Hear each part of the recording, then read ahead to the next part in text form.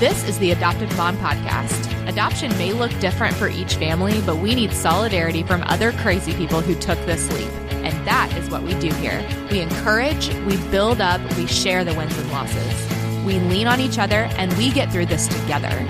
Thanks for joining us. Hello, everyone. Welcome to the Adoptive Mom Podcast. This is Season 2, Episode 8. I am thrilled that you're here. If you are new to the podcast, welcome. I hope you stick around and go back and listen to all the other episodes. If you're not new, then get ready for an awesome one. Today on the podcast, we are going to hear from a whole panel of people, me and my husband, Brian, included. So we decided that we would have a group of us talk about marriage. We know that adoption is so hard and marriage is so hard, and you put those things together and it's like a ton of stress. It's just really, really hard. And so we wanted to talk to other couples who are in the thick of it. None of us are like past this or we have some sort of expertise or anything. No, we are living this day in, day out. All of our marriages are relatively young, and we're just trying to get through this adoption thing one day at a time. So get excited. We had way too many people to record in our small studio, so we jumped over to the Red Barn studio. And that is run by Jason Miller. I want to give them a huge shout out. They are awesome. Him and his wife, Jamie, have supported me and the podcast from the start. And we are so appreciative that Jason wanted to help us out with this episode. And if you are a recording artist or anything like that, you should definitely give them a call. I'm going to link to them on the show notes. And that's also where you can find all kinds of other information. So you should jump over there at theadoptivemompodcast.com. But for now, just stick around and let's hear from our whole marriage panel. Woohoo! All right, everyone, welcome to the Adoptive Mom Podcast. This is kind of our first real panel episode, so I'm really excited to introduce you to most of our guests. I say most because you've already met two of them. We have Michella and her husband, Scott Montie, which Scott's actually been on the podcast too, just not by name. And Michella had her own episode back in Season 1. But do you guys want to kind of reintroduce yourselves a little bit? I'm Michella. I'm Scott. So we have three kids. They're all adopted. We have no biological kids. So just giving a little bit about our story. So we've been in Arkansas about 6 years, and about that same time when we came here, Michelle started looking at different ways to adopt.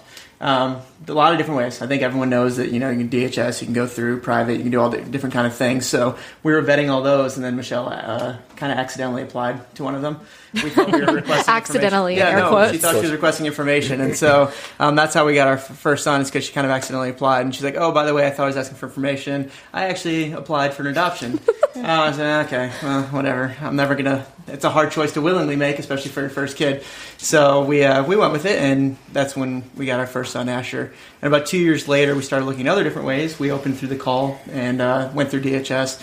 We did some respite care for about a year. We had, I think, 12 different kids during that time for 1 to 2 days apiece, and then we had an 18-year-old for about 3 or 4 months. And shortly after that, Michella kept inquiring and asking about sibling groups. And I was like, are you insane? What are you doing? Is this a trick? And next week you're going to come and say, hey, 5-year-old girl, it's perfect. And that's actually what actually ended up happening, is about 2 weeks after I made the comment about, are you just trying to trick me by bringing sibling groups so one sounds okay? She was like, oh, by the way, we've been matched with a 4-year-old girl. I was like, okay. So then about 3 weeks after that, 3 weeks after she came to us. So yeah, she came home. We took her home. We'd met her a couple times, and it was a little rough. 2.5 years of transition still. But then I think little rough is an understatement. We were pretty much screaming and crying every day for the first month. Not us all the time, but not us. I mean, let's just be real here. It was probably you guys. Yeah, there was some screaming crying too. Yeah. But then our Asher's birth mom reached out, and she said, I'm having another baby. Do you know anyone who wants this baby? So we were like, well, do we take the kid who's in our home and put them back into foster care, or do we take our son's biological brother? And we ended up with both. So the obvious choice, both. Yeah, right? obviously both. So that's how we got to 3, and it happened very quickly. So we went from 1 to 3 in about 6 months, with plenty of transition in the middle. So it's kind of, now there's still more. And after 2.5 years, it continues, but I think we'll get to more, so we're probably good. Yeah, for sure. So, okay, and how long have you guys been married now? 9 years. It'll be 10 next March. And you guys, they get to go on like a fun, crazy trip for their 10-year anniversary, and I'm super jealous. We will do that. Yeah. Yes. Going to Branson. Silver Dallas City. No. That voice was from my husband, the other person that you've already met, Mr. Brian Fitton, and we'll get to you in a minute. You can just, I'm fine. I'm good. So yeah, keeping going around that circle, we have Alex and Garrett Autry. So there's two Alexes on this podcast. We're gonna try to keep it straight. But yeah, so how long have you guys been married? Introduce us to your family a little bit. Yeah, so I'm Garrett, and my wife is Alex. We've been married going on 3 years now, 3.5 actually. We're almost about to round out to 4, which is exciting. And we have adopted 3 boys about 1 year ago, sibling set of 3 all together at the same time. I think she'll speak on that in a little bit, but it's been a whirlwind. You want to take it from there? I mean, yeah, the boys, when we met them, they were 6, just turned 6, 4, and 3, and so they moved in at that age, and now we have a 7-year-old, a 5-year-old, and a 4-year-old. And also we fostered, we opened as a foster home really without the intention of adopting. We fostered for about 1.5 years before we met our boys, and kind of relevant to the marriage discussion, we had only been married for 1 year before we got our first foster placement, and those kids were with us for almost 1 year. So it has been it's been a lot, and it's been great. So yeah, and so I think we firmly established that everyone here is crazy. And also, so Alex, we've talked about Brian and I's adoption story a little bit, and how our oldest teen, I was technically 11. Well, not technically. I was actually 11 when he was born. And Alex, so that would have made you, 18 when your oldest was born? 18, yes, when my oldest was born, which isn't out of the question. Right. And he looks younger than he is. It's biologically possible. Yeah, I have people definitely think that they're my biological kids, but I also don't necessarily look as old as I am. Yes. So they also think that I am a teen mom. So we did have one placement who asked if I was her dad. Yeah, that So those of you who are listening, I look very old. Apparently. He's not that old. You do not look that old. You're not even the oldest person in this room. And just to be clear, no one mistakes Scott and Mai's kids for biological. They're the only ones like our children. You have one black daughter and versa. 2 Marshallese Suttons. Yeah. So, and then we all got white kids, so we're just kind of vanilla. Scott's kind of we're at the Autrys and the Scott is not. I kind of get red in the sun. I kind of get red. Oh my goodness. Okay, and so Brian, you've obviously been on the podcast before. I have, yes. You've listened to every single one of them multiple times. Every single one of them, absolutely. This is my producer husband. Yeah, you just want to talk about us a little bit and remind people of our, how long we've been married and all that stuff. Yeah, can't mess this one up. So we've been married for almost 6 years. Mm-hmm.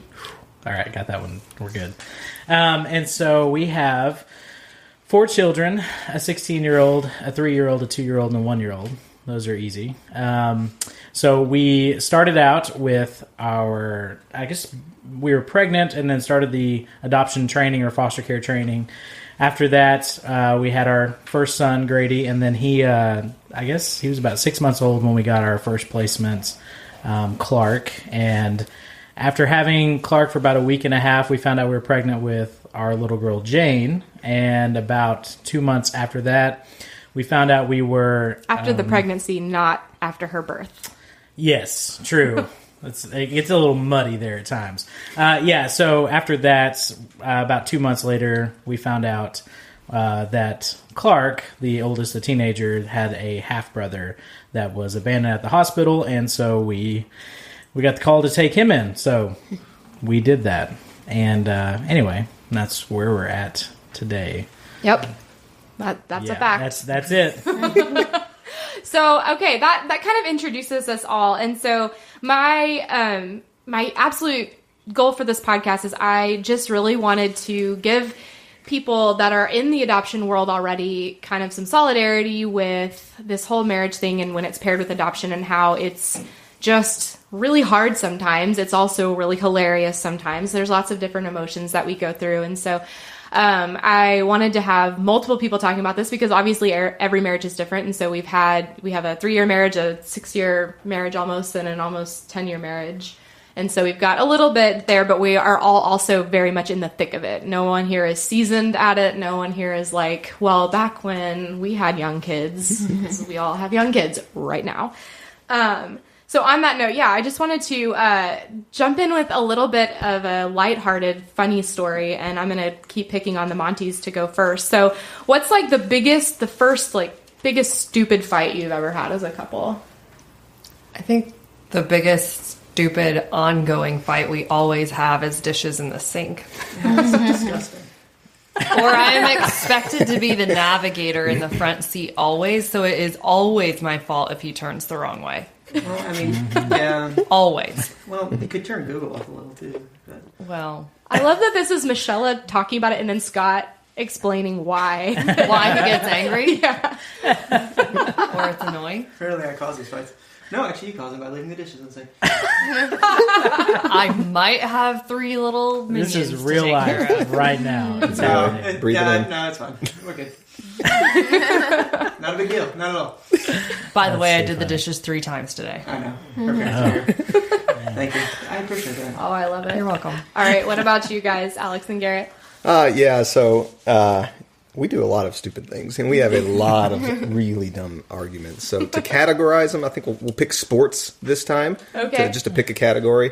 So we are totally not the parents who really get into sports. We say we're not.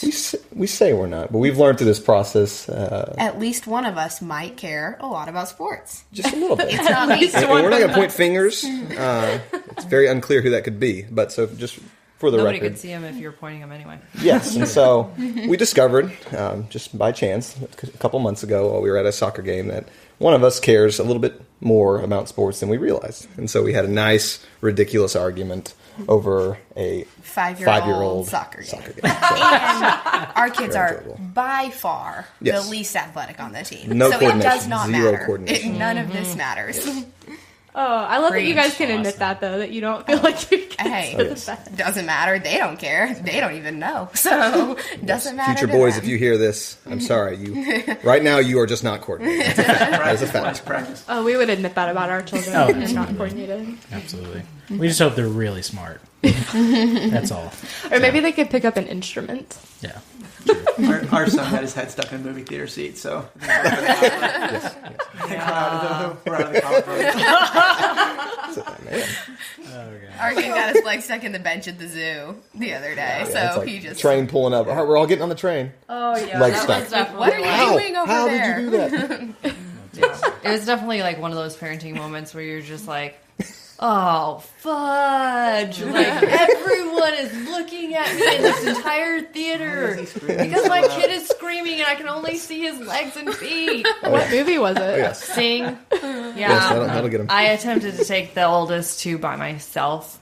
That's never Was happening. not a again. smart decision. Yeah. They're a little older. Oh my gosh. They were both also irked that they couldn't see Moana because it was sold out, so we had to settle for Sing. So Second class movie. Watching Moana Yeah. tonight. The horrors. All right, Mr. Fitton, what do you think about our... Well, I was thinking about that as the Monties were discussing theirs. And we have a dishes related fight too that was in our first year of marriage. It involved the dishwasher to where I was putting the forks in the incorrect spot. So I think what was happening is that Wait, he was wait. having a fork slot, a knife slot, and a spoon slot, and so they would all get bunched together. They would. So wait a second. Did you ask me the question? Are you? Now I'm answering clear. I'm the pulling a question? Scott, is what I'm doing. This is like marriage counseling 101. This is good. Yeah, so that was it was really dumb, and I'm pretty sure because we had our pastors at the time were counseling us through that, and they reassured us how dumb they were that was. counseling you through dishes? It was that bad. It was No. the dumbest fight, absolutely. But now I know how to load the dishwasher. That was a passive aggressive comment. I'm sorry, sir. Oh my gosh. Nice beginning of the fight. So we're gonna end the podcast. No, I'm just kidding. Okay. So let me just start with some more serious ones. Not start. I don't know why I said that. Let me keep going with some more serious questions. So, do you guys, Monties, do you mind going first, or do you want us to reverse the train here? Let's just keep the train going. They're All all right, in. let's keep it going. So, I wanted to know how everyone's marriage has changed through adoption specifically. Well, I think it's more. I mean, yes, through adoption, but also just kids. I mean, Right, because you guys don't. It's because just kids in general. I don't think it matters adopted or not. It's going to completely change everything. You're going to realize that you're going to realize how totally selfish you were, and it's going to take you a while to break from that. So, and then too, I think the only thing adoption kind of layers on top of that is the speed at which we get kids. You guys know about that. He's pointing at the Autries. Kids from like trauma, and they come with their own issues. They come with their own baggage, so that's difficult. And then I think with adoption too, and it depends. I think, but it's just a little bit harder. You don't have that natural biological, just like unconditional love immediately.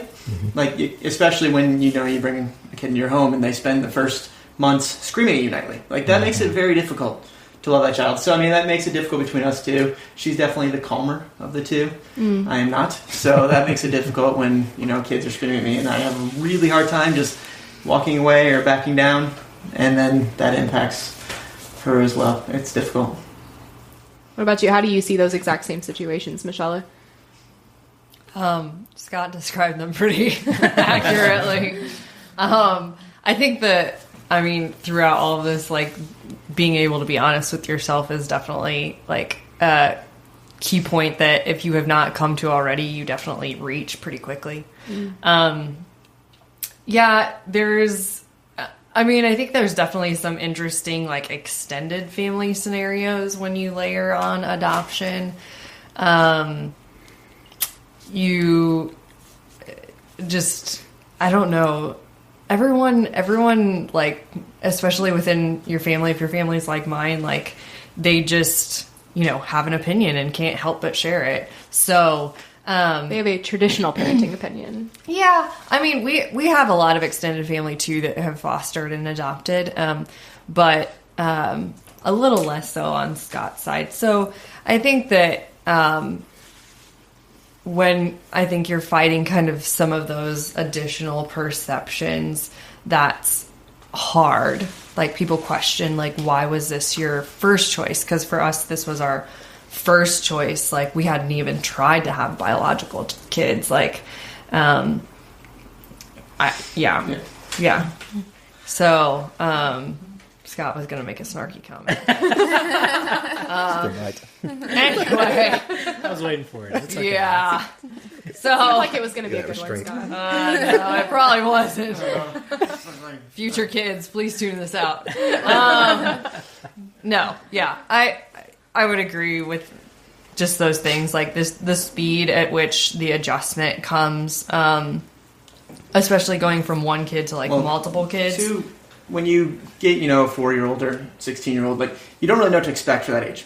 You don't kind of know what's normal, and then you're also dealing with kids who are behind, so it's like, should you be frustrated? Should you not be frustrated? And it's just like, you've never parented a 4.5-year-old before, or a 16-year-old, and so it's all brand new. And so you're doing all this, and, your spouse has their preconceived notions on what this age needs to be and what you need to be doing, how you need to parent. But, like, the fact is, you were parenting a 1-year-old 2 months ago, and now you've got a 4-year-old. And it's like, well, how do we discipline them? Like, what do we do? Like, what are the expectations we need to set for them? And it can be really difficult. Like, I'm definitely much harder on our kids, and I have much higher expectations. But it's kind of weird, too, because now that our 2-year-old, who at the time is now 4, it's kind of like he's doing some of the same stuff the 4-year-old is doing that made me nuts. And it's like, oh, well, maybe that was normal kid stuff. But you don't know. Yeah. So it's a little hard. But. Absolutely. Okay, so what about you guys, Autrys? Yeah, do you want to start? You want me to start? Yeah, they definitely said a lot of what we were going to say, because a lot of our story is similar. That we also went from 0 kids to 3 kids really quickly. When we since we started fostering, we did start with 1 little girl, but that lasted for maybe 2 months. And we had some other kids in and out, and then we got her brother, so we had 2 under 2 really quick. And then when our boys moved in too, they all pretty much came at once, so it was just really sudden. And we also had not really tried to have biological kids. This was our first option to adopt, and so we also had some of the extended family confusion, and also just the adjustment from, like, this is just us doing our own things. You have so much freedom to do your own thing when you don't have kids, that then when you do have kids, all of a sudden you're accountable for where you are every moment of the day. So you have to explain to someone, I'm going to go take a shower. Whereas, that wouldn't have really been a thing when it was just us, that I would just do that with no one needing to care where I was. So definitely learning to work as a team. And we talk about like not scorecarding. So not keeping track, not thinking that like, oh, you do half the work, I do half the work, because that's not how it works. And we just all have to do as much as we can. And sometimes one person can do a lot more and their capacity is a lot higher at that time. And you just have to assume that the other person is doing the best they can, basically, and not try to keep track of this isn't fair or this isn't. So that was definitely something that was good for us to learn. And I think going from 0 to 3 really quick helped us realize that we just both were giving 110%, so there wasn't any room to be upset about what the other person was or wasn't doing, because we're doing our best. Yeah, didn't have the energy. Didn't have the time or energy to keep track or argue about it, so just why bother? Yeah, and then once you jump to 3, it's like, we're done. So you're outnumbered at that point. All bets are off. And so I think Monty said it well. Yeah, I think for me it was just learning, I don't have all the infinite free time that I had before. I'm now a parent, and it kind of gets in foster care especially, but and also in jobs, and it's sprung on you. So you start to realize all these personality traits that are poor in you start coming to the surface, and you start realizing, I'm extremely selfish, or this is something I had a particular idea about that I didn't even realize I had an idea about, or a way of parenting that I had been raised to believe was the way, and realize that's not actually going to work in the situation. But yeah, I think also to the parents or just the family tension that we experienced, just having some people just didn't understand why we wanted to adopt and not do go biological route first. And honestly, we haven't even tried the biological route. So it's just that they just for some of our family, they cannot comprehend it, don't really understand it. So working through that was a challenge, and definitely had some ups and downs, and we've had to work through some really had to have those hard conversations with those members of our family to kind of establish what we were going to do with our family. But that's like within like the extended family. But in marriage, those things obviously we have different ideas of how to deal with extended family, and it's either family or in-laws. So depending on whether it's your family or whether it's your in-laws, who's on which side of that can make it really challenging. And yeah, just figuring out how to navigate those relationships and how to navigate disciplining the kids, being a team on that, but then also being a team in public or with our family, like making sure to be consistent and communicate those things ahead of time, or how to communicate in the moment when you haven't talked about it ahead of time, how to make sure to stay on the same page so that you're supporting each other, both to the kids and to like other family members or whoever might be involved. Yeah, no, that's a really good point. Learning how to present as a good team and actually be a good team. So it's back around to us, and I'm curious to hear what you have to say, Brian. So I guess with us, it was a little bit different because we did have a 6-month-old to kind of work through some of that stuff before we got Clark. Some of that selfish stuff, because that's the truth. Yeah, absolutely. Who's sleeping and who's not sleeping, and all those fun things. But I think we learned very quickly that, especially like Michelle said, once you get to 3, you're outnumbered, and then we had to present as a united front. I think with our marriage, it drew us closer together, because I think we were just both pretty selfish people, and marriage in general was kind of pulling that out of us. But then once we got to the kid part, it then changed, because then we really saw how selfish we were, but we then had to kind of reconcile and say, if we're not a team in this, we're going to fall apart. And that could happen very, very easily. So I think, honestly, our marriage has gotten stronger through that. And we really realized that, especially with a teenager, and I know probably with Maya too, with her being a little bit older, there are just different things that you run into. We didn't know, like, teenage-wise, we're like, are these normal teenage things, or is this, Are they supposed to shower on their own? Yeah. Are we supposed to continually every day tell him to put deodorant on, or like what is just the normal things compared to the system coming out of that and being adopted? And so we really did have to find out, like, from our point of view as a marriage, like, you're right. It's almost like I have to now tell somebody, hey, I'm going upstairs and I'm going to go to do this. Like, I'm not leaving you and we're not running away. Like, I'm just going to my room or whatever it is. So, we really had to figure out communication too. Mm-hmm. That was a big piece of it. And how to be the united front for our kids.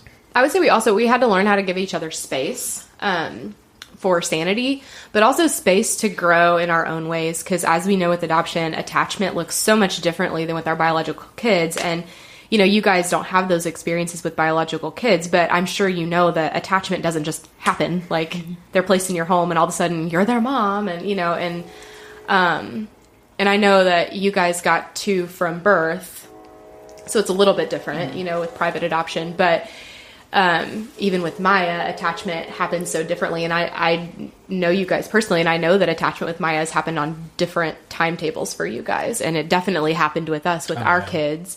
So I think allowing each other space to grow that love and those relationships with our adopted kids on our own time and in our own ways, instead of wanting it to look the same for both of us. Mm-hmm. True.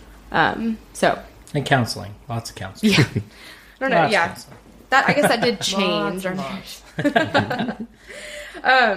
Okay, so what do you think has been the biggest obstacle that you've faced in your marriages as a result of a non-traditional family? As a result of a non-traditional family?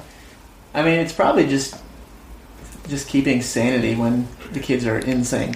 I mean, that's the biggest thing, and I definitely struggle more with that. And I think we're getting to a place where I'm getting better. She's always been better at it. She's always been much better at keeping her cool, keeping her sanity. Actually, the thing that would get her is if I lose my mind.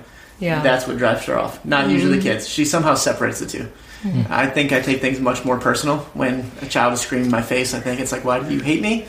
And why are you doing this to me? And it's just not that. And we've made big strides, actually, especially in the last couple of months, where it's gotten much better. But, I mean, that works into the attachment. Like, it is really hard to attach to a kid who, every time you tell them no, they throw just complete, epic, just, like, insane fit.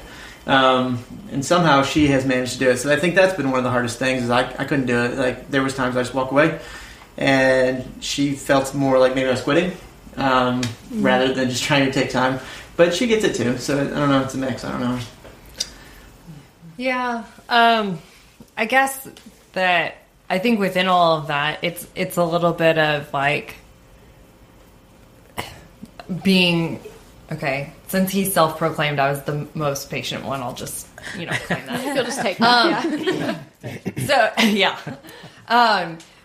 I mean, being that person that can kind of, like, take the heat initially and all of the screaming and things like that, like, I needed him to understand that I also needed a reprieve, but then when you pile on, like, a very stressed out spouse on top of that, that's, like, what breaks me down mentally. So I think that's that communication and sitting down and, like, telling him constantly for probably over a year, like, I can totally do it. If the kids, like, lose it, like, you can walk away. That's fine with me. But, like, I can't handle it if you're losing it and they're losing it, because that's way too many people to referee. Like, so I think it's that balance. Like, and you don't realize, like, all of your own stuff that you're bringing, like, when someone is screaming in your face, and, like, the things that have maybe been in your past or whatever that you're dealing with that kind of come out. And yeah, kind of coming from, like, the traditional family background, traditional discipline, all of those sorts of things, we definitely don't really see eye to eye on how to best discipline so that you're providing structure and accountability, but also helping them grow. So now Maya came to us when she was 4.5, and she's turning 7 this month. But so we have a 7-year-old, a 4-year-old, and Kate will be 2 this summer. But yeah, I think it's those like expectation setting. I think I said, like, if I ever screamed at my parents like that, like, they would have ended me. So, I have a little bit of that in the back of my mind, and so know, like, you've been through the training, you know that, like, it's trauma, it's this and that, but when a child is literally, like, losing their mind, just absolutely just screaming at the top of their lungs, like, you're thinking, like, oh, can all the neighbors hear this? Do they think I'm trying to kill this kid? Like, because it's that extreme, and it's just like you're taking it personal. You're like, I'm the dad. Like, you can't do this. Like, you need to listen. Your anxiety is, and like, your anxiety builds. You just don't think about that stuff. And so, I mean, she has always, and I don't know if she's got more training than me or whatever, but she somehow that comes out in her brain during the moment. It's like, it's just trauma, guys. It's just trauma. And then it's me. I was like, trauma sucked. Get out of here. So, I mean, it's definitely like, it's just, it's tough. It's hard. But we've come a huge, long way. And it's now like, we almost never spank anymore. Hardly ever, pretty much. And like last time I went to go spank, she's to a point now, she's like, it's not going to help me. Yeah. Hey, fine. What do you want to do? Thank you. Let's sit down and read instead. Yeah. So she's come a long way in helping us realize what she needs too. So, it's gotten better. That's how you know a child's been in a lot of counseling, if they can like work through a plan for their own discipline. Well, it's also too when you've come a long way, like when you get frustrated or at that point, and then instead of walking away, you can stay there and sit down and read with her and like work through it with her, which Scott's been doing a really great job of lately. So I hope we're turning a corner. I'm like praying this doesn't jinx us by going on podcasts anymore. Sleep through the night. Everybody sleeps through the night. Yeah, we still got some diapers laying around. Yeah, we'll get over that. You have to change pee, laundry, and stuff.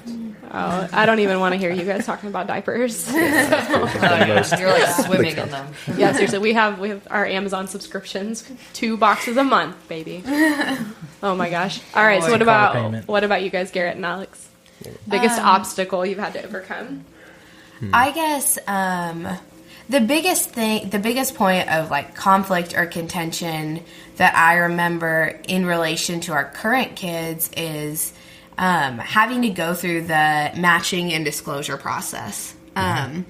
Just if you haven't been through this before and you're listening, the disclosure and matching process, basically they print out every medical record, every behavioral note, every counseling session, every diagnosis that the kids have ever had. And then you just come to a meeting with all this paperwork and they give it to you and they say, okay, go home and decide if these are going to be your kids. And so going through that process just on your own and having to come to a decision would be hard enough, but having to be on the same page with another person is difficult. So, I mean, and our kids had, in that meeting, there were some really significant things, and you just don't know, like, are those things, some of those labels were pretty much just made up, it turns out, but they might have not been, and we didn't know that going in. And some of the labels haven't, once you're in it, it just is what it is, and it has played out in a way that wasn't really as severe as what we were kind of prepared for, but saying yes, we didn't know, like, what is the next 18 years of our lives or whatever going to be like. And so just having to come to a decision on that when there's a lot of emotions involved, and we did not get into foster care planning to adopt 3 kids, probably not planning to adopt at all. And so just having to come to a decision on that was interesting.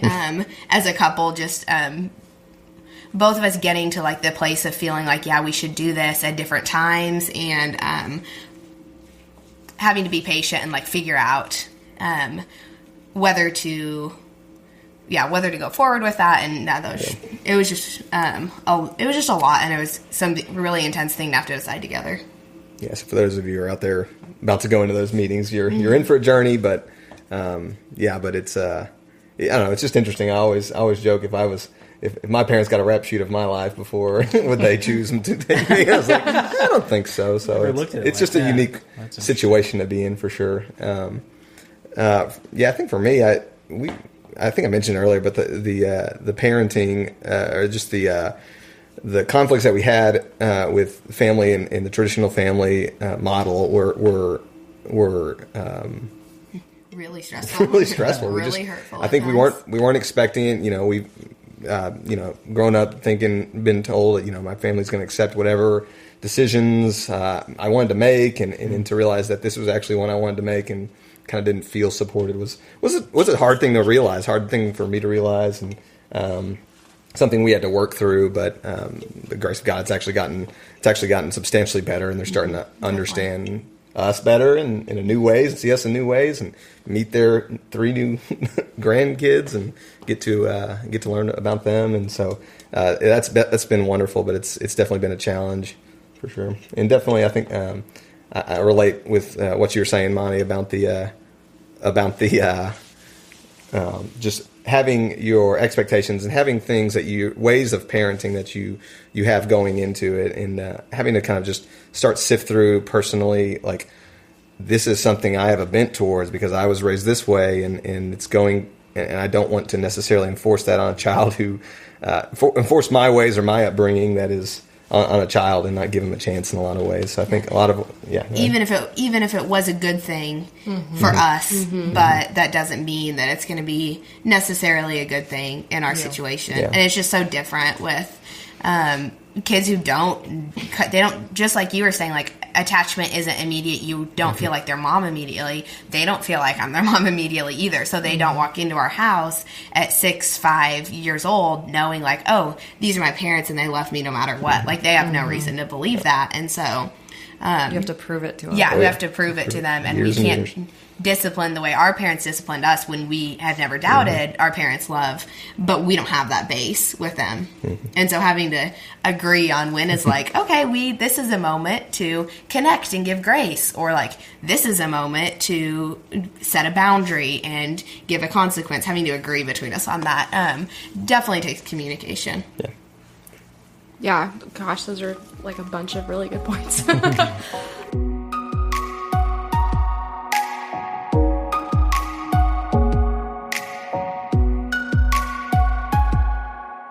All right, guys, we'll jump back into the episode in just a sec, but I wanted to take a minute and remind you guys about the Birth Mom Brunch that is coming up on May 12th. That's a Saturday before Mother's Day, and it's National Birth Mom Day, which I didn't know about until I talked to Sarah Avery back in season 1. So if you didn't know, now you do. That's National Birth Mother's Day.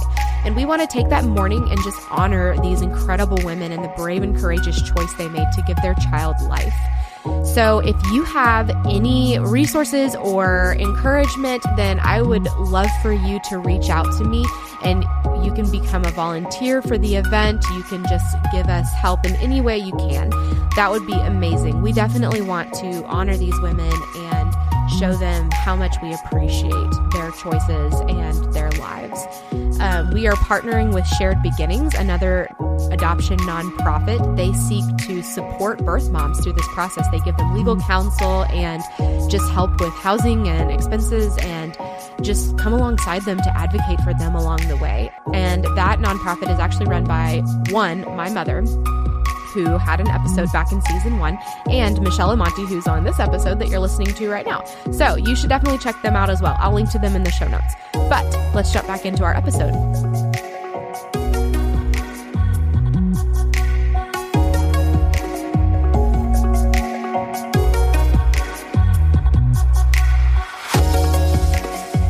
I think for us, one of the biggest obstacles that we had to overcome is our roles, I would say. Just because of our personalities, I think that we were definitely on a track to have pretty specific parenting roles, and we were fine with that. Just I'm a lot more of a type A person. I'm more organized. You're a lot more just loosey-goosey and easygoing, and that's fine. That's who we are. And when we got Clark, he had some predisposed notions about moms specifically. We'll just say that. And so I didn't get to be that organized, like, authoritative figure that I had always kind of planned on being, because that was who I was. And I think that was a really big obstacle that we had to overcome, is that you kind of had to step it up. You, meaning Brian, had to step it up in those areas, and I had to learn to sit back in those areas, and that was really, really hard. I don't know, would you agree? Yeah. So I was thinking about that, actually. So that was one of our biggest obstacles, because you attached to Rock pretty quickly. So Clark's half brother, who came to us at 3 weeks old, so it's pretty easy to attach to him. For you, right? And I think, I second that. Baby for over 2 years. Exactly. So that's why I bring that up, because Scott and I have had these conversations where it is harder, and I think guys in general, it's harder to attach to a screaming blob. You know, like, it just doesn't. Withdrawing, screaming blob. Yeah, there's all kinds of things, and that happened with my own bio children. I mean, still, but I attached to Clark a lot quicker. And so working through those roles, as in, like, even I mean, I'll be honest with you, we're still in that. Like, we're still going through that, where absolutely I have a better relationship yesterday with Clark than she does, but with Rock, I mean, I lose my patience. I'm in that same boat with Scott, where it's just like he throws a fit over everything, and I don't have time for it. And so, but you're that way when it comes to Clark, where he throws a fit or whatever else, I can back up and be like, it's fine. Let's, he's a teenage boy, because I was a teenage trauma, boy. to use Scott's analogy. Yeah, exactly. And so we definitely have different roles in that, and I never understood that before with my parents or any other parents. I'm like, how can you like one kid more than the other? You know what I mean? And I'm saying I love all my children the same. Let's just make that statement. But what I'm saying is, there are times where we're just like, I don't like you. I don't like you, child. Like, so, and that's okay, I think, to give yourself grace in those moments too. So. Just try not to say it to the child. That might have been done before in our household. It's definitely been done in our house. Absolutely. Surprisingly, by Brian. True. There's also been a child that screamed that at me too. So. That's very true. Yeah. On multiple occasions. So, all right, I'm going to make the guys go first, because I can. But I want to know how you have seen your wife change the most. Part A, change the most. Part B, I want to know how you've been most impressed with your wife through this process. She's a crusader, so we'll start there. That's how she's changed the most? Yeah, well, she's always been to a point, but ever since we started our adoption process, she is all in. Like, she is poster child for adoption. I can attest to this.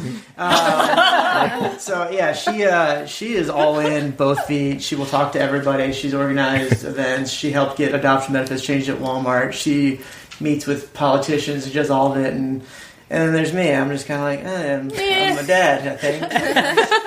I play video games, Maybe I'll claim that I'm a dad. Yeah, can I play more video games today if I do? So I mean, she is all in. I mean, it's impressive, at the same time it's exhausting. So, I mean, she's in the process of starting a nonprofit related to adoption right now. #shared beginnings. Anyway, so she's doing that, but it's exhausting, because she will put kids down and then she will start it. And she will work until 10 o'clock at night. He hates the sound of my keyboard. You never know how annoying the Mac keyboard is until you hear it at 9:30 at night. Anyway, but it's still impressive. So, I mean, certainly I don't know if she's changed, but it's definitely... Well, she's also at a point where she can do more of this, and she is really well connected, and she has networked it really well. So she's at a point where she can do some of these things too. But, yeah, certainly she has become even more passionate for especially adoption over the course of our marriage. So is that like a two-parter for you? Is that also the way that you're most impressed with her, or do you have a separate way? That too. I mean, she does ridiculous things. Like, she says, I'm going to do this, and she goes and does it. Like, I know she wasn't the only factor, but she said years ago when we went through adoption, like, this is all the adoption benefits Walmart gives. She's like, I'm going to fix that. And here we are, like 6 months ago, Walmart announced that now you get 6 weeks of leave for an adoption. Like, for all 2 million associates. And $5,000 reimbursement. And $5,000 reimbursement. Now, I know she wasn't the only person responsible, but she organized all these events, she networked all these people, she got it all going. And it's like, really? Like, the biggest company in the world, that's your goal? Like, whose goal is that? So, it's... Shell and Montie's, that's who. It's ridiculous. So, anyway, Garrett's doing a slow clap. Speaking of it Garrett... was recorded in my development plan 3 years ago. Amazing. And how But you have That's to do awesome. it because it was written down. Oh, They were goodness. like, what do you want your goals to be? I was like, meh. So is that retroactive? So can you now go back and take that 6 weeks? No. So, Scott's like, no. Unfortunately. No. Let's just adopt another kid, You Scott. can't take the $10,000 either. 15,000. Can't do math. All right, Garrett, what about you? Yeah, so I'm most impressed with Alex. She is a absolute boss. Is that a good thing? Yes, with our kids, it's unbelievable. Has a gifting of organization. I mean, I understand organization is amazing. I mean, a lot of females are amazing with this, and guys, but she is extremely, unbelievably gifted in organizing our kids and running our entire household, and enough to where she has time to volunteer for things and encourage our entire family to take steps in being better and trying new things and growing in different ways. Yeah, so I'm just she is an absolute boss. She can manage our family extremely well. I'm pretty much absolutely as useless as possible. So I'm pretty much just trying to serve and make her life easier, but kind of just help her out as best I can. But I think the way I've seen her grow the most, she has tendencies to kind of paint situations or paint people even at times in kind of black or white. And what I've really seen her grow in the last several years of marriage is just being able to understand that there's a gray area, that there's an in-between the situations with situations that are difficult and with people who are difficult, and be able to see that there's a balance there in the situation. And I've seen her extend grace and step into situations that I would just abandon. And she has really challenged herself to engage in those areas where it's difficult. And so I've been amazed she's put that on herself and decided to go after that, and has really grown a lot over the years in our marriage and our kids. That's awesome. That's like very sweet. He's really sweet. I gotta follow that. Yeah, seriously. I mean, come on. And Brian, what do you think? See, so he actually set it up. He's like, he was impressed with her first, and then how she grew. She didn't change. She grew. This guy, You could teach some classes, Hey, right? for real. That's awesome. Marriage 101. Yeah. So I think with us, and I mean, I'll be honest, like you said before, you're a type A person, and so a very controlling situation, like this is how it's going to be. And I am very laid back. So there were a lot of times that I didn't step forward and say, hey, I don't think we should do this, or X, Y, and Z, or handle a situation like this. And I think that me coming up and then you figuring out that maybe you don't always have all the answers, and I just going, all the way. I was trying to say, so this is a tough question, okay? I'm just honestly, I mean, in this whole process, it's kind of like with Michelle, we're doing a podcast you started about adoption, like right now. And so I'm very impressed with that, because that's a pretty cool thing. So I've seen you kind of take this and take the challenges and stuff. And we've talked about this, the things that we were going through. I'm like, at some point, somebody has to benefit from this, because there's no reason why this should be this hard in this moment. Like, what is the reason, God? Why in the world are we going through this?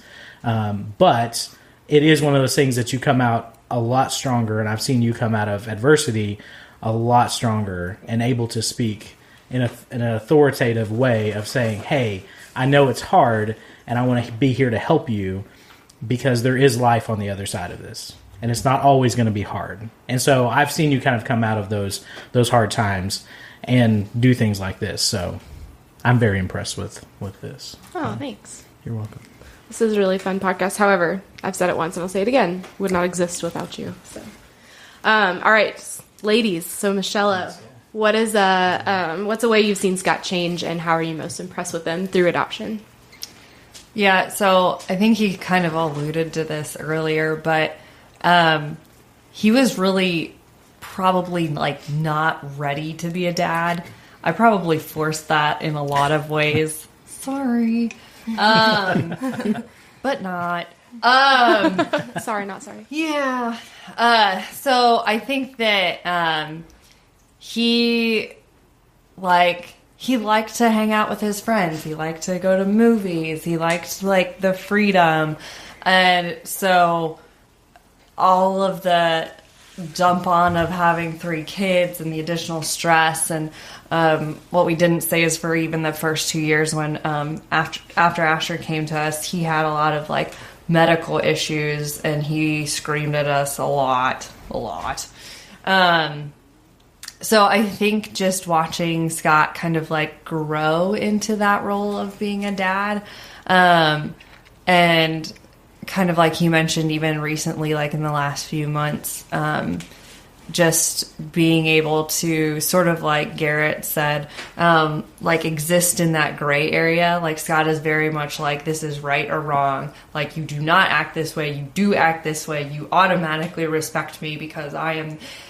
But lately, like I've seen that change a bit, and it's fun because now the kids are kind of growing into areas that he likes and things he likes to do, like roller coasters and rock band, and like being able to play the drums on Rock Band. Like that's what he's impressed with our kids. And he like takes pride in showing people like how cute Kate is. And our youngest has definitely redeemed babies for us, that's for sure. He's adorable. We love our other kids too. They're adorable too. Kate is just the most adorable. You're just better, Kate. Okay. Just act better. It's okay. Anyway, I think that it takes a lot. It takes a lot to.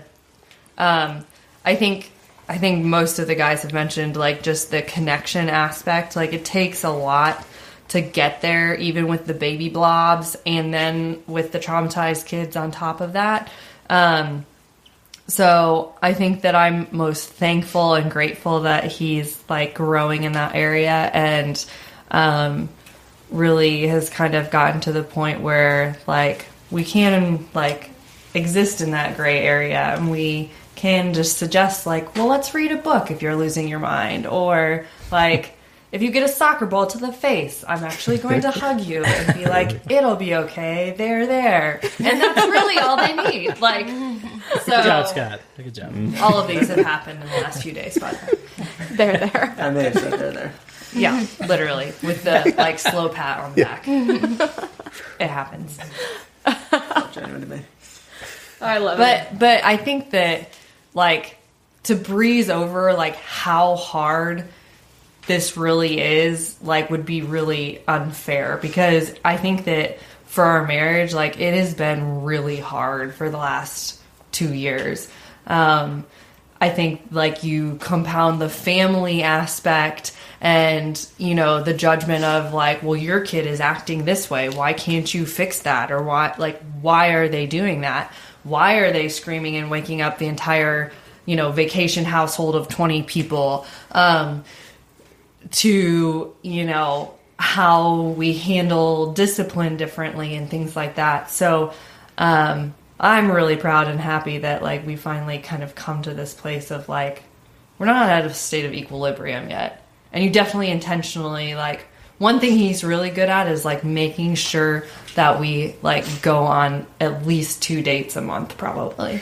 So that it's just us, like, no crazy screaming, detaching, like, take a breath, eat some food, because you don't usually get to do that with kids around.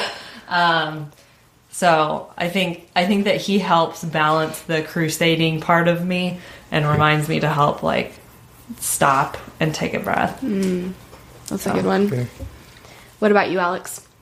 I definitely would say I've been very impressed with Garrett. He's just a great dad, and he is definitely the best dad possible for our specific kids.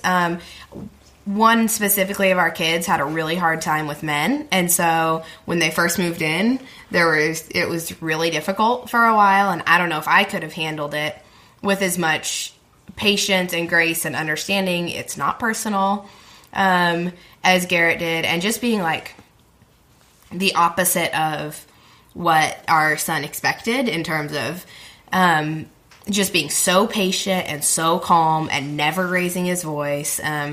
And always being like ready to have fun. So that definitely has been, I've been very impressed. And just with like every kid that's come through our home, we had 15, 16 fosters before our boys, and just with every kid, just it's hard being a foster dad, because I can think of one kid who came through our home who had a positive dad figure. And so it's hard because it's like, I haven't done anything, but these kids are terrified of me and hate me. And so just having to like live with that, and also try to be there the best he can for the kids, but understand that it's hard. It's just a hard place to be in. So he just handled that with a lot of like patience, and just taking himself out of the like his feelings out of the equation, and understanding it sucks that whatever happened in this situation happened, that these kids feel this way, and we're not going to fix it overnight. But yeah, he's just an awesome person to do that, because he's very patient. And how I've seen him grow the most, I think Garrett's always been really go with the flow. And the direction that we have gone is not the flow. It is just the opposite of the flow.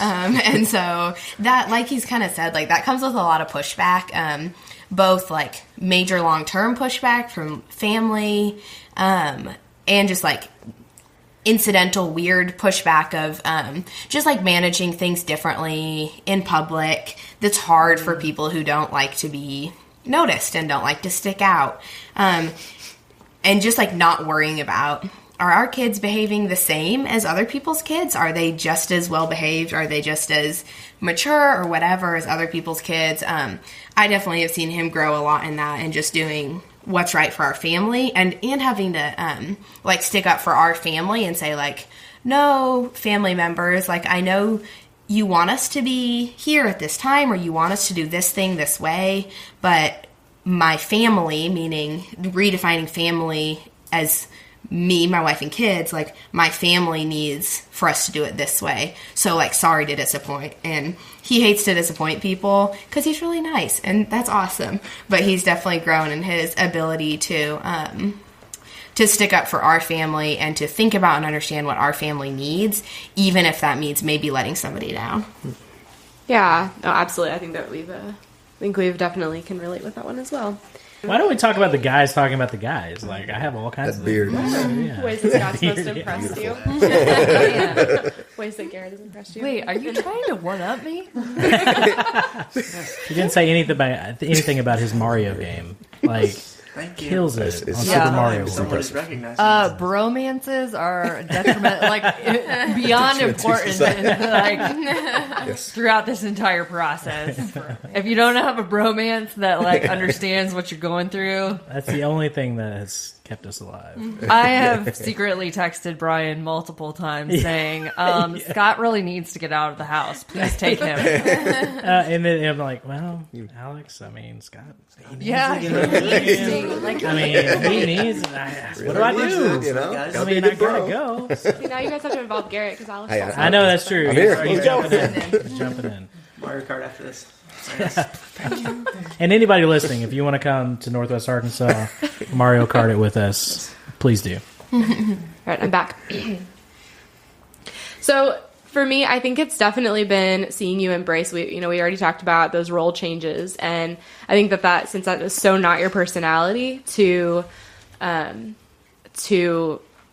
look for those non-traditional parenting roles. I mean, let's just face it, you probably fully intended on being like the fun parent. Oh yeah, like absolutely. and especially with Clark, like that you couldn't do that. Yeah. That wasn't. I mean, we both had to change our perception of how this parenting thing was going to go, and I've seen you change that with the younger kids too. And you're definitely, I'd say we're probably equal disciplinarian, which is a big deal, because even going into parenting, that was something I was actually nervous about. I was like, I don't want to be the bad guy all the time, and I've really seen you change in that area. As far as how I'm most impressed with you, I think that I've loved watching you take care of our family, and take care of me specifically, because with the type A personality comes a lot of anxiety. I'm sure that several people in this room understand that. And just watching you, instead of running away, which is, I know what everything in your body is telling you to do, just be like, I'm going to go hide for a few hours while you figure this out. Cry in the closet for me. But instead, I've seen you step up, and I've seen you lead our family and go against what's natural for you. So it kind of builds on each other, the change and the impressed. But I'm definitely very impressed with you as a father, because I know that is not your natural instinct to do it the way you're doing. Yeah, it. I don't like kids. We can just say that. Well, we've I already talked barely about like it. Like, my a own lot of kids. us Pretty are sure not all big three fans. guys Yeah. in this room would say that. I think Garrett likes still- kids more than I like kids. I will say this, like, I wanted to be that guy, though. Like, I see the guys, there's the guys at church that just jump in the middle of what's happening. I'm like, that just stresses me out. I'm like, just lock them in a room and hopefully they don't destroy each other. But there's, like, other guys that just do that. They just enjoy that. But it is different when it's your own. Like, it's a lot more fun, so. If you don't lock them in the room, you can be like Scott, who locks himself in the bathroom. Yeah. Leave Daddy alone. iPhones are the best. Always need a safe space. I have one safe space. It's the bathroom and the restroom. Until they figured out how to unlock the doors from the other side. It's like the death of an era. Give him pennies. But mine is my Keys to the closet. house. I don't think they figured that one out yet. But I think it's, we were talking Just before we started the recording, and I think all three of us are all three couples are people that are not like huge kid people, which I think is really funny because we've all made the decision to willingly love a lot of kids. But I think I'm a huge kid person. But I think I'm now less of a kid person that I've gotten screamed at for several years, actually. Like, I was that person that wanted to, like, grow up and start an orphanage somewhere. I can see that. But I think that you would have managed the orphanage, not like sat down with the kids and played with them, right? Yeah, maybe. That's like in the office. Sounds like we were talking about more of a coordinator than a playmate. Oh man. Okay, so final question here. How has your choice to adopt made your marriage better? I think it's kind of given us more of a unified purpose. Because, I kind of remember before we had kids, like, we kind of, did whatever. We spent a lot of nights just really doing nothing. It's like, well, what are we going to do? I guess we could, like, walk around the mall or something. We'll watch Survivor. Watch more TV. And, like, I actually remember Michelle being like, I'm kind of bored. Now she gets bored pretty quickly. But it's just like, we haven't really done anything. Like, we've already kind of seen all the movies, done all the things. It's like, it kind of gives you, something more meaningful to do. Because now, like, we have to take care of these kids, and we have to help, guide and direct them, and we have to get them to their sports practices and get them fed. That's difficult sometimes. Into their multitude of doctor's appointments. But, like, it's certainly extremely, extremely busy, both working full-time and doing all that. It's a lot. Mm-hmm. But I think you can't complain that you're bored. That's for sure. So I think, and two, it gives you purpose. So, Truth. I have nothing more to add. Fair enough. Yeah. That's kind of, we were talking about this question, and I think having a shared purpose and seeing the other person, like watching your spouse do something that you really admire, so obviously we adopted because we both believe that adoption is important and we both believe in it. So getting to see your spouse do something that's important to you, I think is really cool, and it gives you just a new level of respect and admiration for them, to see them do something hard that we both believe in day and day out, Yeah.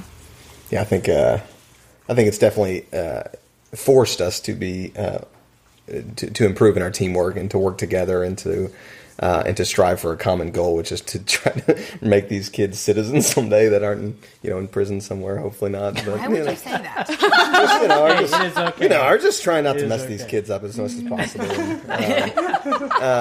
Setting the bar family goal on the refrigerator. Average, just great. We're all out of prison. That's number one goal. But just having a united front to kind of go after is a big deal for us, and I think marriage and raising kids has just challenged us in a lot of ways to grow to grow in those areas and to strive for something together. So, Yeah, and to be better people, because you can't, there's a lot of more motivation to not be mad at each other when it's like, this is the only adult I might see this week who is not, like, for me, I stay home, now I homeschool my children, this might be the only other adult I see for most of the week, so I probably should make up with him, because if I stay mad all week, I'm gonna have a hard time, so.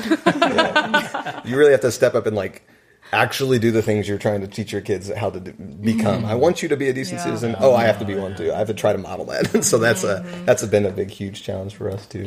Yeah, like to just step into our role. Yeah. I tell you not to yell and to be patient. Like, oh snap! Whoops. Your brother and I were talking about. That's funny.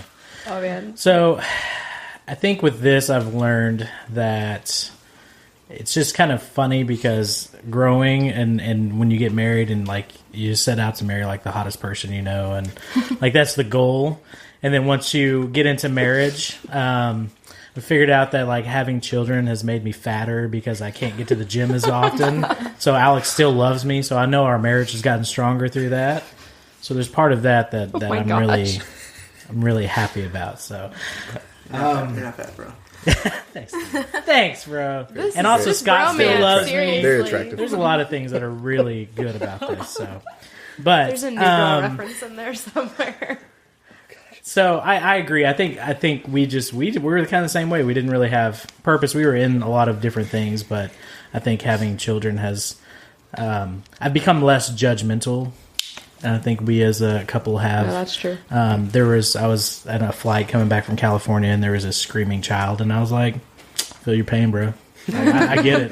I get it." So, like, I'm glad I'm not you right. Oh yeah, absolutely. I'm like, I would not put myself there. Yeah. But it is that thing where it's kind of like you have a lot more grace for parents, and even for my own parents and my in-laws, you kind of figure that stuff out too. So yeah. I think it's forced us to be a team in more ways than just biological children can. I think that whenever you have kids, you definitely have to. It has to be a choice to be a team, because there are lots of families with just biological children, and it's hard for if one spouse chooses the child over the other spouse, then that creates all kinds of stuff. And so when you just have children and then it's a choice, it's a lot different than when you've adopted and it's like. You're forced. I mean, it's not that we wouldn't make that choice. We did make that choice, but definitely when you're adoption, you're outnumbered and you're having to team up against trauma, basically, not even against the kid, but against just actual like forces of darkness. It definitely grows your marriage really, really quickly. So we're going to sign off here, but I wanted to go around and just see if there was any resources that you guys have had that have helped you in your marriage or just in adoption in general, that you could share with our listeners. So Monties, what do you think? So I think that I've done quite a few like conferences, like Empowered to Connect, like TBRI related. We did a conference together just a month ago.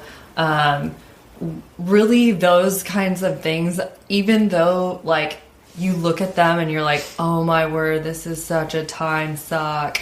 Like, just do it. Because a lot of times all that it really takes is just like resetting your expectations, remembering like, oh shoot, this is where these kids came from, and I need to have a lot more patience.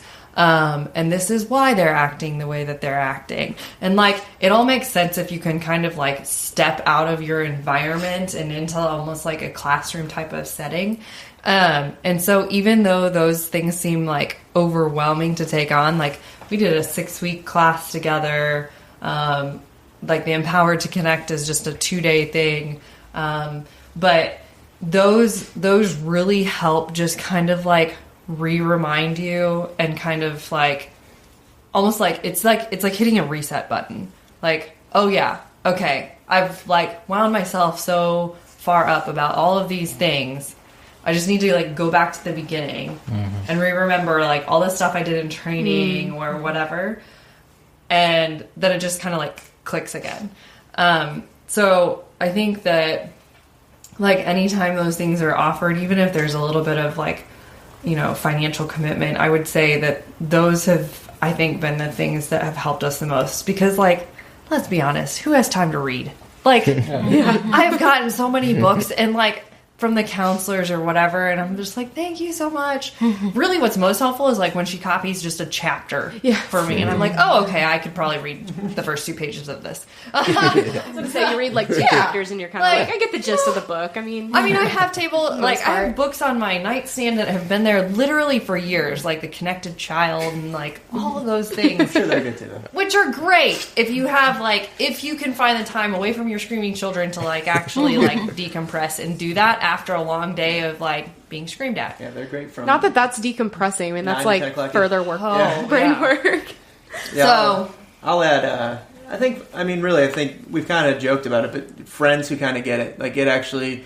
You can go over and you can let your kids destroy their house and they don't really care. They don't really judge. You're like, hey, yeah, my kids too. It helps. So that and good, reliable babysitters help as well. Amen to that. And with the conferences, that's also kind of like a bonus getaway a lot of the time too, because even if it's a local conference, you still have to get a babysitter for 2 days, right? So sometimes they serve lunch. That's a date. Exactly. Just go sit in the parking lot. Small wins. All right, what about you guys? Yeah, so I think for us, our biggest resource really has been our church and our community group, and really just plugging in and seeking other families who are going through similar circumstances in our body, our local body, and connecting with our community group. They've been a godsend to us and just helped us process every amount of emotion we're having and every frustration we're having, and being able to challenge each other towards handling situations different or thinking through situations. And so I think they're definitely, it's been a necessity for us to be plugged in those. And it doesn't have to be necessarily for us, it doesn't necessarily have to be other foster or adoptive parents. Just friends who are willing to know that they don't know and listen without presupposition. And a lot of our friends don't even have kids. I mean, I'm 25. A lot of my friends don't have kids. And so they don't assume, there's not a comparison between how they feel about their biological kids to what we're going through. They just are very willing to listen and just say, that must be really difficult, and just listen. And not necessarily, we don't always need advice, although when we do, I would always seek out somebody from the call who, Kelly Kraut, who you've had on the show, super great. I always ask her things. She'll almost always meet for coffee too. Just having people who you trust just to talk to, even if it's not, let's solve this crisis, but just reminding yourselves that you're not the only people on the planet. And along that too, being in other people's lives and in relationship enough to talk about what they're going through and support them, to remind ourselves our problems are not the entire world. They're not the only problems. They're not, just to get our eyes off what we're going through once in a while is really helpful, to kind of make us feel like people again, instead of just in our little house bubble with our things that we're dealing with. Just remember there's the whole rest of the world out there, and everybody's doing their thing, and it's hard, but everybody is surviving, and we can make it too, but just not getting isolated. Yeah. I want to echo everything everyone said, especially the friendship thing. I mean, that's so, so, so important. And actually, that's how the 6 of us kind of first started becoming friends, was at...